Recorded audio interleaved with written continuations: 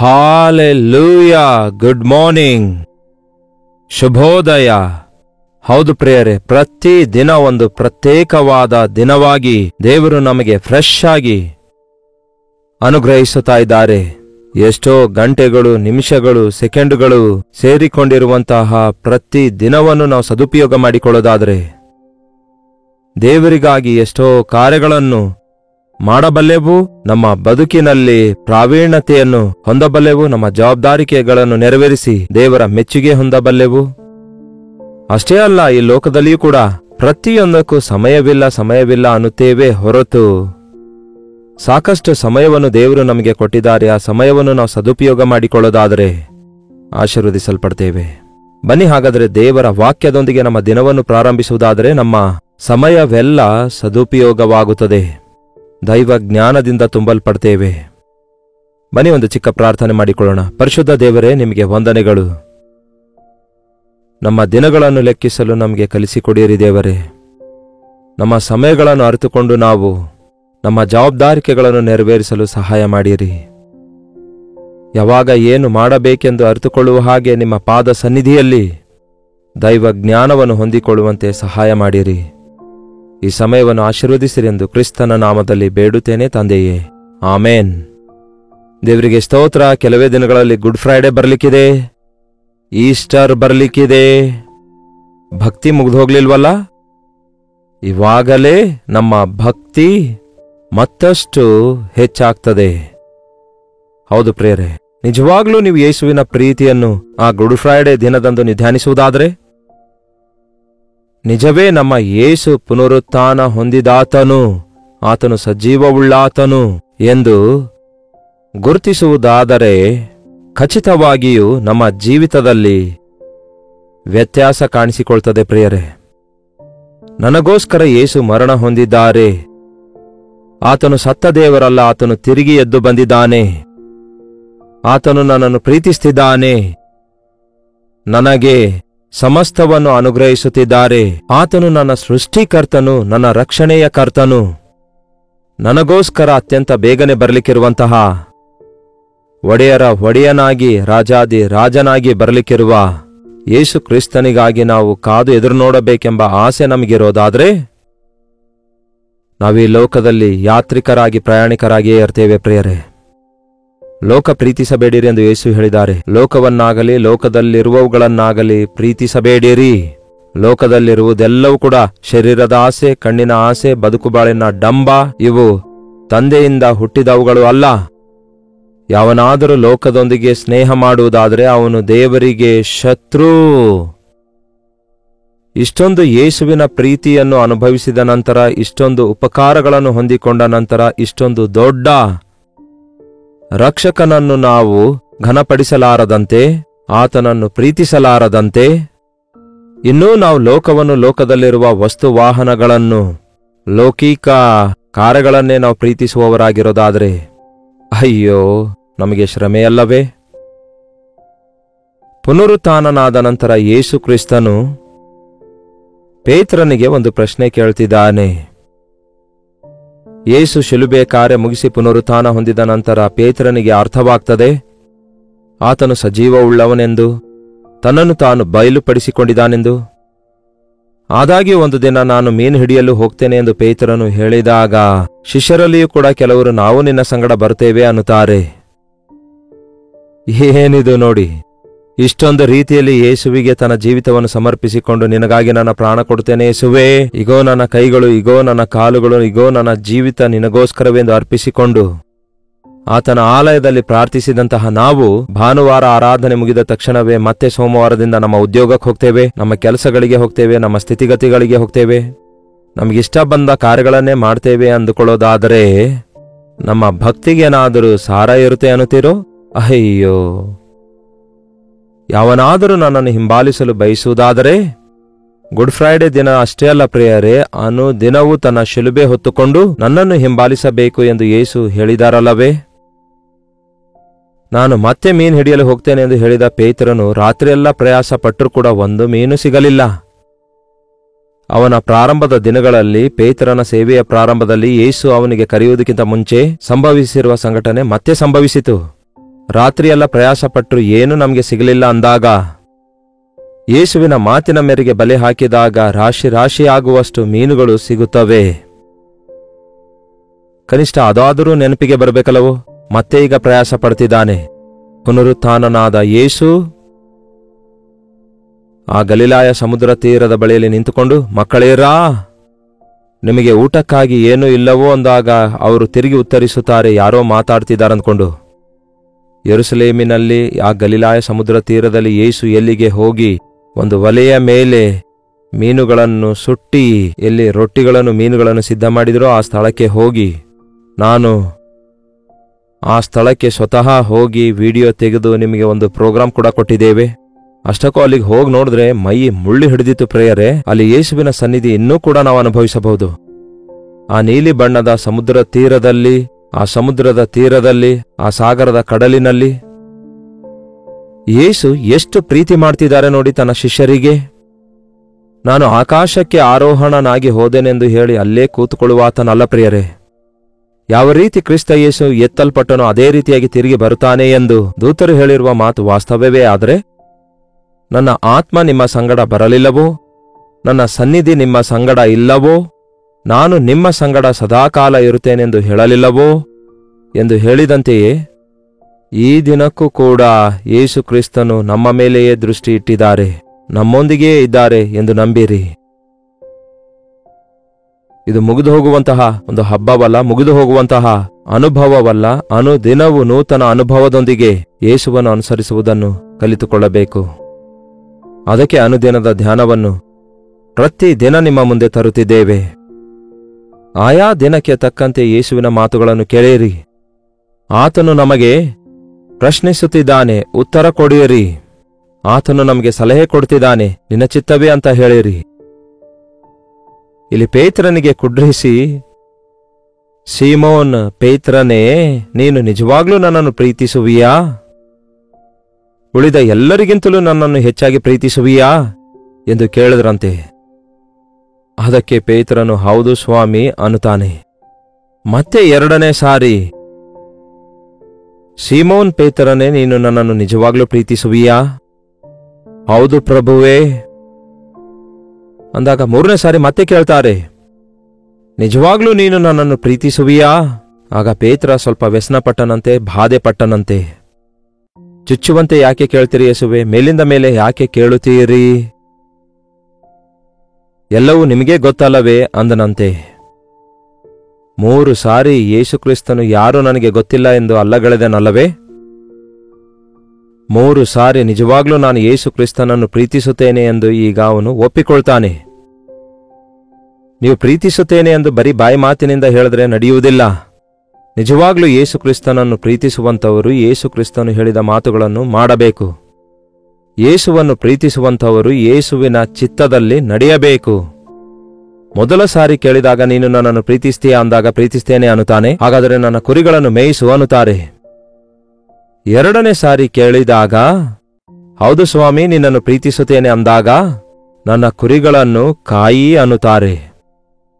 ಮೂರನೇ ಸಾರಿ ಕೇಳಿದಾಗ ನಿಜವೇ ನಿನ್ನನ್ನು ಪ್ರೀತಿಸುತ್ತೇನೆಂದು ನಿನಗೆ ಗೊತ್ತು ಎಂದು ಹೇಳಿದಾಗ ಯೇಸು ಏನು ಹೇಳ್ತಾರೆ? ಹಾಗಾದರೆ ನನ್ನ ಕುರಿಗಳನ್ನು ಕಾಯಿ, ನನ್ನ ಕುರಿಗಳನ್ನು ಮೇಯಿಸು. ಯೇಸುವನ್ನು ಪ್ರೀತಿಸುವುದಾದರೆ ನಾವು ಮಾಡುವುದಕ್ಕಾಗಿ ಒಂದು ಕೆಲಸ ಇದೆ. ಕುರಿಗಳನ್ನು ಮೇಯಿಸುವುದು, ಕುರಿಗಳನ್ನು ಕಾಯುವುದು, ಕುರಿಗಳನ್ನು ಮೇಯಿಸುವಂಥದ್ದು. ನಾನು ಯೇಸುವನ್ನು ಪ್ರೀತಿಸ್ತಿದ್ದೇನೆ ಎನ್ನುವ ನಮಗೆ ಕುರಿ ಮೇಯಿಸಿರೆಂದು ಯೇಸು ನಮ್ಗೆ ಹೇಳ್ತಿಲ್ಲ. ಆದರೆ ಕಾಣಿಕೆ ತಂದುಕೊಡಿ ಎಂದು ಹೇಳ್ತಾ ಇಲ್ಲವೇನೋ? ಆದರೆ ಅದು ಇದು ಆಚಾರ ಪದ್ಧತಿ ಅನುಸರಿಸಿರಿ ಎಂದು ಹೇಳ್ತಾ ಇಲ್ಲ. ಆದರೆ ನೀವು ನನ್ನನ್ನು ಪ್ರೀತಿಸುವುದಾದರೆ ನನ್ನ ಆಜ್ಞೆಗಳನ್ನು ಕೈಕೊಂಡು ನಡೆಯಿರಿ, ನನ್ನ ಮಾತಿಗೆ ವಿಧೇಯರಾಗಿರಿ, ನನ್ನ ಚಿತ್ತ ಅರಿತುಕೊಳ್ಳಿರಿ. ನೀವು ನನ್ನನ್ನು ಪ್ರೀತಿಸುವುದಾದರೆ ನನ್ನನ್ನು ಹಿಂಬಾಲಿಸಿರಿ. ನೀವು ನನ್ನನ್ನು ಪ್ರೀತಿಸುವುದಾದರೆ ನನ್ನನ್ನು ಸ್ತುತಿಸಿರಿ ಎಂದು ಯೇಸು ಹೇಳ್ತಾರೆ. ಎಷ್ಟು ಮಂದಿ ದೇವರನ್ನು ಪ್ರೀತಿಸ್ತಿದ್ದೇವೆ? ನಮಗಾಗಿಯೇ ತನ್ನ ಪ್ರಾಣ ಕೊಟ್ಟಿದ್ದಾರೆ ಎಂಬ ಜ್ಞಾಪಕ ನಮಗೆ ಬಂದ ನಂತರವೂ ಕೂಡ ಇನ್ನೂ ಯೇಸುವನ್ನು ನಿಮ್ಮ ಜೀವಿತದಲ್ಲಿ ಸ್ವಲ್ಪವಾಗಿಯೇ ಪ್ರೀತಿಸ್ತಾ ಇದ್ದೀರಾ? ಉಳಿದಿರುವಂತಹ ಪ್ರೀತಿಯಿಂದ ಪ್ರೀತಿಸ್ತಾ ಇದ್ದೀರೋ ಇಲ್ಲವೇ?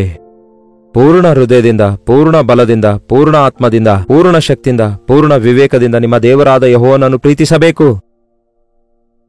ಆಗ ನಮ್ಮ ಜೀವಿತದಲ್ಲಿ ಬೇರೆ ಯಾವುದಕ್ಕೂ ಸ್ಥಳವಿರುವುದಿಲ್ಲ.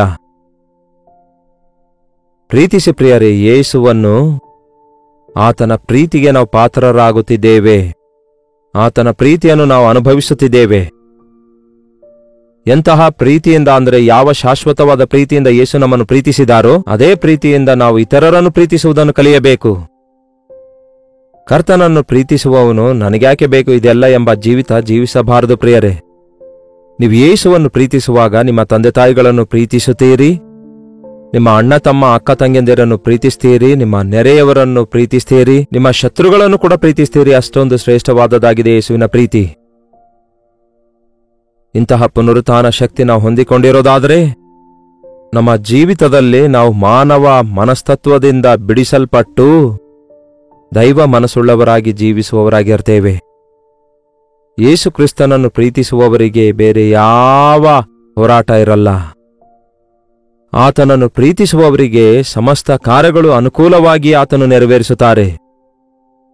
ಈ ದಿನದಿಂದ ಯೇಸುವೆ, ನಿಮ್ಮನ್ನೇ ಪ್ರೀತಿಸುತ್ತೇನೆ, ನಿಮ್ಮ ಬಿಟ್ಟು ನನಗೆ ಈ ಲೋಕದಲ್ಲಿ ಯಾರೂ ಇಲ್ಲ ಎಂಬುದಾಗಿ ಒಂದು ಒಡಂಬಡಿಕೆ ಮಾಡಿಕೊಳ್ಳೋಣವೇ? ನಮ್ಮ ಜೀವಿತದಲ್ಲಿ ಮೊದಲನೇ ಸ್ಥಾನ ಯೇಸುವಿಗೆ ಎಂಬ ಒಂದು ಒಪ್ಪಂದ ಮಾಡಿಕೊಳ್ಳೋಣವೇ? ನಮಗಾಗಿ ಪ್ರಾಣ ಕೊಟ್ಟಿರುವ ಯೇಸುವಿಗಾಗಿಯೇ ಜೀವಿಸುತ್ತೇವೆ ಎಂಬ ಒಂದು ತೀರ್ಮಾನ ತೆಗೆದುಕೊಳ್ಳೋಣವೇ? ಪೌಲನ ಅದನ್ನೇ ಹೇಳ್ತಾನೆ, ಇನ್ನು ಜೀವಿಸುವವನು ನಾನಲ್ಲ, ನನಗೋಸ್ಕರ ನನ್ನ ಸ್ಥಾನದಲ್ಲಿ ಮರಣ ಹೊಂದಿರುವ ಕ್ರಿಸ್ತನಿಗಾಗಿ ನಾನು ಜೀವಿಸುತ್ತೇನೆ ಅನ್ನುತ್ತಾನೆ. ಗಲಾತ್ಯದವರಿಗೆ ಬರೆದ ಪತ್ರಿಕೆ 2ನೇ ಅಧ್ಯಾಯ 20ನೇ ವಚನ ಏನು ಹೇಳ್ತದೆ ಓದೋಣ ಬನ್ನಿರಿ. ಗಲಾತ್ಯದವರಿಗೆ ಬರೆದ ಪತ್ರಿಕೆ 2ನೇ ಅಧ್ಯಾಯ 20ನೇ ವಚನ ನೋಡೋಣ.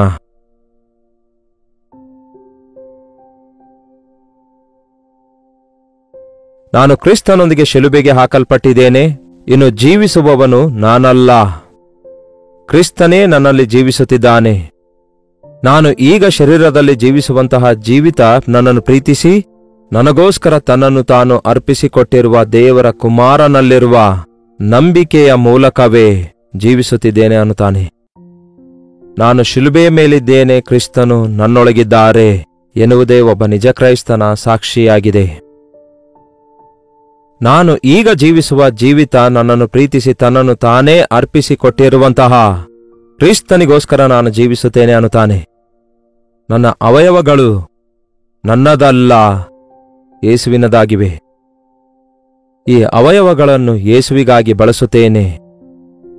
ನನ್ನ ಜೀವಿತದಲ್ಲಿ ಪ್ರತಿಯೊಂದನ್ನು ದೇವರಿಗೆ ಮಹಿಮೆಪಡಿಸುವ ಹಾಗೆ ಬದುಕುತ್ತೇವೆ ಎಂಬ ಒಂದು ತೀರ್ಮಾನ ತೆಗೆದುಕೊಳ್ಳೋಣ, ಒಂದು ಒಪ್ಪಂದ ಮಾಡಿಕೊಳ್ಳೋಣ. ಪ್ರೀತಿ ದೇವರ ಮಾತು ಕೇಳುವುದರಲ್ಲಿ ಆಸೆ ಪಡುತ್ತದೆ, ತವಕಿಸುತ್ತದೆ, ಆನಂದಿಸುತ್ತದೆ. ಮಾತು ಕೇಳಲು ಇಷ್ಟವಿಲ್ಲದಂಥವರು ಗರ್ವಿಷ್ಠರಾಗಿರ್ತಾರೆ, ತಿರುಗಿ ಬೀಳುವವರಾಗಿರ್ತಾರೆ. ಯಾವುದೂ ಇಷ್ಟಪಡೋದಿಲ್ಲ, ದೇವರನ್ನು ಕೂಡ ಪ್ರೀತಿಸೋದಿಲ್ಲ. ದೇವರನ್ನು ಪ್ರೀತಿಸೋದಾದರೆ ಆತನು ಏನೇ ಹೇಳಿದ್ರೂ ಕೂಡ ಅದು ನಮಗೆ ಇಷ್ಟಕರವಾಗಿಯೇ ಇರುತ್ತದೆ. ಅದು ನಮಗೆ ಅರ್ಥ ಆಗದಿದ್ದರೂ ಅದು ನಮ್ಮ ಮೇಲಿಗೋಸ್ಕರವೇ ಎಂಬುದಾಗಿ ಅರ್ಥ ಮಾಡಿಕೊಳ್ಳಬಲ್ಲೆವು. ಈ ದಿನದಿಂದ ಯೇಸುವನ್ನೇ ಪ್ರೀತಿಸೋಣ. ಯೇಸುವನ್ನು ಪ್ರೀತಿಸುವಾಗ ನನ್ನ ಕುರಿಮರಿಗಳನ್ನು ಕಾಯಿರಿ ಅನ್ನುತ್ತಾರೆ, ನನ್ನ ಕುರಿಗಳನ್ನು ಮೇಯಿಸಿರಿ ಅನ್ನುತ್ತಾರೆ, ನನ್ನ ಕುರಿಗಳನ್ನು ಕಾಯಿ ಅನ್ನುತ್ತಾರೆ, ನನ್ನ ಕುರಿಗಳನ್ನು ಮೇಯಿಸಿ ಅನ್ನುತ್ತಾರೆ ಯೇಸು. ಅಂದರೆ ಆತನ ರಾಜ್ಯವನ್ನು ಪ್ರೀತಿಸಿ ಆತನ ರಾಜ್ಯದಲ್ಲಿ ನಾವು ಕೆಲಸ ಮಾಡಬೇಕಾಗಿದೆ. ನೀವು ರಕ್ಷಿಸಲ್ಪಟ್ಟ ನಂತರ ನೀವೊಂದು ಸಾಕ್ಷಿ ಕೊಡುವವರಾಗಿರಬೇಕು. ನಿಮಗೆ ಸಂಪೂರ್ಣ ಸೇವೆಗೆ ಕರೆದರೆ ಸೇವೆಗೆ ಬನ್ನಿರಿ, ದೇವರಿಗೆ ಅರ್ಪಿಸಿಕೊಡಿರಿ, ನಿಮ್ಮ ತಲಾಂತುಗಳನ್ನು ದೇವರ ಕೈಗೆ ಕೊಡಿರಿ. ನೀವಿದ್ದ ಸ್ಥಳದಲ್ಲೇ ದೇವರಿಗೆ ಸಾಕ್ಷಿಯಾಗಿ ಆತನ ಪ್ರತಿನಿಧಿಯಾಗಿ ಉಪಯೋಗವಾಗಿರಿ. ಹೌದು, ಯಾಕೆ ನೀವು ಯೇಸು ಕ್ರಿಸ್ತನ ಬಗ್ಗೆ ಪ್ರಚಾರ ಮಾಡ್ತೀರಿ, ಯಾಕೆ ಪ್ರಪಗಂಡ ಮಾಡ್ತೀರಿ ಎಂದು ಕೆಲವರು ಕೇಳ್ತಿರ್ತಾರೆ. ಆದರೆ ಏನೋ ದುಡ್ಡು ಬರ್ತವೆ ಎನ್ನುವುದಕ್ಕಾಗಿಯೋ, ಯಾರೋ ದುಡ್ಡು ಕೊಡ್ತಾರೆ ಎನ್ನುವುದಕ್ಕಾಗಿಯೋ ಎಂಬುದಾಗಿ ಅಂದುಕೊಳ್ಳುವವರು ಅನೇಕರು ಇದ್ದಾರೆ. ಆ ರೀತಿ ಅಂದುಕೊಳ್ಳುವಂಥವರಿಂದಲೇ ತೊಂದರೆಗಳು ಬರ್ತವೆ. ಆದರೆ ನಿಜವಾದ ಸುವಾರ್ತೆಯ ಸೇವೆ ದುಡ್ಡಿನಿಂದ ಮಾಡುವಂಥದ್ದಲ್ಲ, ಬಲವಂತವಾಗಿ ಮಾಡುವಂಥದ್ದು ಅಲ್ವೇ ಅಲ್ಲ ಪ್ರಿಯರೇ. ಕ್ರಿಸ್ತನ ಪ್ರೀತಿಯು ನಮ್ಮನ್ನು ಬಲವಂತಗೊಳಿಸುವಂಥದ್ದಾಗಿದೆ, ಯಾವ ಮನುಷ್ಯನೂ ಅಲ್ಲ. ಕ್ರಿಸ್ತನ ಪ್ರೀತಿಯ ಸುವಾರ್ತೆಯನ್ನು ಸಾರುವುದಕ್ಕಾಗಿ ಪಕ್ಕದಲ್ಲಿ ನಶಿಸಿ ಹೋಗುವಂಥವರನ್ನು ನರಕಾಗ್ನಿಯಿಂದ ತಪ್ಪಿಸುವ ಹಾಗೆ, ಪಾಪಿಯನ್ನು ತಪ್ಪು ಮಾರ್ಗದಿಂದ ಬದಲಾಯಿಸುವ ಹಾಗೆ, ನಾಶನದ ಮಾರ್ಗದ ಕಡೆಗೆ ಹೋಗುತ್ತಿರುವಂಥವರನ್ನು ತಟ್ಟಿ ಎಬ್ಬಿಸುವ ಹಾಗೆ ಯೇಸುವಿನ ಪ್ರೀತಿಯ ಸುವಾರ್ತೆ ಸಾರಲಾರದೆ ಯೇಸು ಕ್ರಿಸ್ತನ ಶಿಲುಬೆಯ ಪ್ರೀತಿಯನ್ನು ಹೊಂದಿದವರು, ಪುನರುತ್ಥಾನದ ಶಕ್ತಿಯನ್ನು ಅನುಭವಿಸಿದಂಥವರು ಒಂದು ಮೂಲೆಯಲ್ಲಿ ಕೂತ್ಕೊಳ್ಳಲು ಆಗೋದಿಲ್ಲ ಪ್ರಿಯರೇ. ನಾವು ರಕ್ಷಣೆ ಹೊಂದು ದೇವರ ಮಕ್ಕಳಾಗಿರುವುದಾದರೆ ದೇವರನ್ನೇ ಪ್ರೀತಿಸೋಣ. ಸಜೀವವುಳ್ಳ ಯೇಸುವಿನಲ್ಲಿ ನಂಬಿಕೆ ಇಟ್ಟು ಯೇಸು ಆಜ್ಞಾಪಿಸಿರುವ ಆಜ್ಞೆಗಳನ್ನು, ಆತನ ಚಿತ್ತವನ್ನು ಅರಿತುಕೊಂಡು ಆತನ ಸಾಕ್ಷಿಗಳಾಗಿ ಜೀವಿಸೋಣ. ಪ್ರಾರ್ಥನೆ. ಪರಿಶುದ್ಧ ದೇವರೇ, ಪ್ರೀತಿಯುಳ್ಳ ತಂದೆಯೇ, ಯಾರ್ಯಾರು ಯಾವ್ಯಾವ ಸ್ಥಳದಿಂದ ಈ ಮಾತು ಕೇಳ್ತಿದ್ದಾರೆಂದು ನಿಮಗೆ ಗೊತ್ತು. ಮತ್ತೊಂದು ಸಾರಿ ದೇವರೇ, ಎಷ್ಟೋ ನೀವು ನಮ್ಮನ್ನು ಪ್ರೀತಿಸಿ ಎಷ್ಟರ ಮಟ್ಟಿಗೆ ನಮಗೋಸ್ಕರ, ನಮ್ಮ ಪಾಪಕ್ಕೋಸ್ಕರ ಪ್ರಾಯಶ್ಚಿತ್ತ ಮಾಡಿದ್ದೀರಿ ಎಂದು ನಾವು ಜ್ಞಾಪಕ ಮಾಡಿಕೊಳ್ಳುತ್ತಾ ಇರುವಾಗ ಪುನರುತ್ಥಾನದ ಶಕ್ತಿಯನ್ನು ಹೊಂದಿ ಜಯಶಾಲಿಗಳಾಗಿ, ದೈವ ಸ್ವಭಾವವುಳ್ಳ ವ್ಯಕ್ತಿಗಳಾಗಿ, ದೈವ ಚಿತ್ತ ಮಾಡುವವರಾಗಿ, ನಿಮ್ಮನ್ನೇ ಪ್ರೀತಿಸುತ್ತಾ ನಿಮಗೋಸ್ಕರವೇ ಜೀವಿಸುತ್ತಾ, ನಿಮ್ಮ ಪ್ರೀತಿಯಿಂದ ತುಂಬಲ್ಪಟ್ಟು ನಮ್ಮ ಸುತ್ತಲಿರುವವರಿಗೆ ಅದೇ ಪ್ರೀತಿಯನ್ನು ಹಂಚುವವರಾಗಿ ಜೀವಿಸಲು ನಮ್ಮೆಲ್ಲರಿಗೂ ಸಹಾಯ ಮಾಡಿರೆಂದು ಕ್ರಿಸ್ತನ ನಾಮದಲ್ಲಿ ಬೇಡುತ್ತೇನೆ ತಂದೆಯೇ, ಆಮೇನ್. ತಂದೆಯಾದ ದೇವರ ಪ್ರೀತಿಯು, ಮಗನಾಗಿರುವ ಕ್ರಿಸ್ತನ ಕೃಪೆಯೂ, ಆದರಣೆಕರ್ತನಾದ ಪವಿತ್ರಾತ್ಮನ ಸಹವಾಸವು ಕೂಡಿ ಬಂದಿರುವ ನಮ್ಮೆಲ್ಲರ ಸಂಗಡ ಇಂದಿಗೂ ಸದಾಕಾಲಕ್ಕೂ ನೆಲೆಯಾಗಿರಲಿ. ಆಮೇನ್. ದೇವರಿಗೆ ಸ್ತೋತ್ರ. ನೀವೆಲ್ಲಿಂದ ವೀಕ್ಷಿಸ್ತಾ ಇದ್ದೀರೆಂದು ನಿಮ್ಮ ಹೆಸರು, ಊರು ಲೈವ್ ಚಾಟ್ನಲ್ಲಿ ಬಂದು ಟೈಪ್ ಮಾಡಿರಿ. ಈ ಕಾರ್ಯಕ್ರಮ ಲೈಕ್ ಮಾಡಿರಿ, ಶೇರ್ ಮಾಡಿರಿ. Doctor Jayapal Kannada YouTube channel ಅನ್ನು ಸಬ್ಸ್ಕ್ರೈಬ್ ಮಾಡಿಕೊಳ್ಳಿರಿ.